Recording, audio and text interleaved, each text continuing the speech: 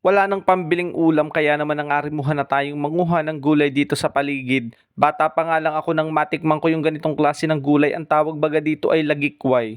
Bata pa ako sa amin noon sa Linang, sa isla nung makatikim ako nito. Then pagkatapos ng matagal na panahon wala na, hindi na ulit ako nakakita. Tapos ngayong taong ito, last year, nakita ko may tinanim dito sa paligid ng school. Nakita ko, sabi ko, ito yung familiar sa akin to. Alam ko itong gulay na ito, masarap ito. Ang pagkakatanda ko kapag kami ay naglalauya, nagbubulang lang o kaya, sinigang, niluluto namin 'tong gulay na ito at ang sarap niya. Tapos sa iba pala ang gawa dito ay ginataan pala ang luto nila. Kaya naman ayun, nagkaroon ako ng pagkakataon na maggulay. Kasi may mga talbos na ulit nung mga ilang araw na dumadaan ako dito. Sabi ko, "Bakit parang laging putol at wala ng talbos?" Parang nagugulay na. Kaya ayun, tamang-tama at natiyempuhan ko na may mga talbos na ulit at ayan, meron nga din palang papaya dun sa kaharap kaya kumuha na din ako.